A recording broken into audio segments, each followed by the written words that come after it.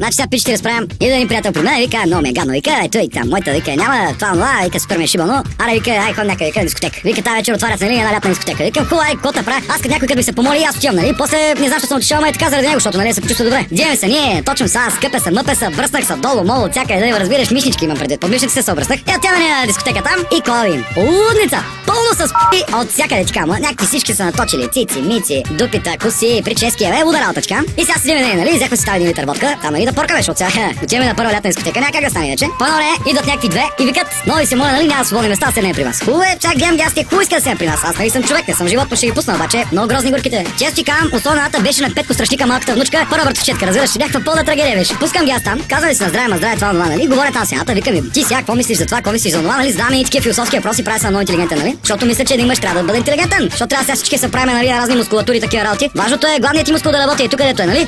Така. И викам аз нали, тя вика, не знам, нали, много трудни въпроси ми задаш. Викам, нещо се затруднявам да мисля. Викам, добре, помисли си малко на спокойствие, пак я ми отговори на въпроса след малко. И аз се питам такъв въпрос за живота, разбираш, я питам, бебчо, ще спиш ли с мен тази вечер? Разбираш ли, въобще изобщо. И след 15 минути идва на Страшника от родата там, де ти казах, и ми вика, извинявай, обаче отговора на приятелка на не каза на приятелката ми. Отговора на вярката ми е не. Викам, мале, ау, викам, ей, то, заради такива като тебе, тъпи тапанарки, селски селянки, дед вика един мой секвартирант, заради такива като тези селендурки, като дойде някой от София, дед не живее в София, ми живее на 2 туби бензин от София, защото баща му е някакъв инженер на асансьор в Кремиковци. Заради такива като тези, до такива софиянци тук, като се запознаят с вас, после отидат в София, разправят. Мане, те варненки са супер селендурки. И наистина ще е прав човека, защото как може да говориш така, как може да кажеш, отговора ми е не. Вярката ми каза, викам да се махаш тук овца. И тая вика, о, сега ще оправя, вика, аз познавам управителя. И отива тя сега при управителя и ма сочи така с пръст и вика, то нали да го набиете, защото ме гони от маста. А пък аз съм поканил на маста, аз съм правил да изгоня от маста. Това е моята маса, разбираш ли? И отива тя и вече потвърди ръце и ма сочи там на управителя ви праща охраната си. Знаеш какво стана? Дори личната охрана на управителя прегърнала и ми каза, о, мой, как си извинявай. Тая направо съм, разбираш ли, върнах я в първа клас, първо отделение детската градина, разбираш, да си пълни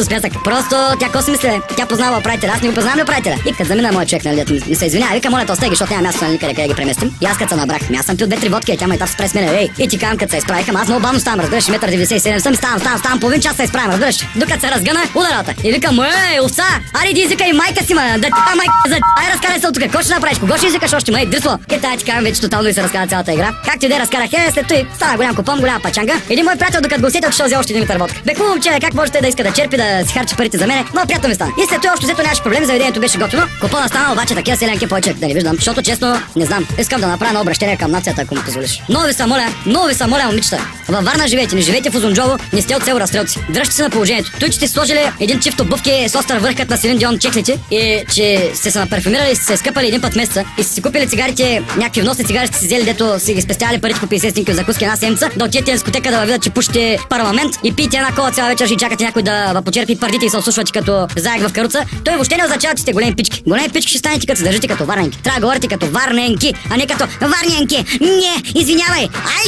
майка, ще ви моташ, иски да ви. Ай, че много се изнервих. Чао.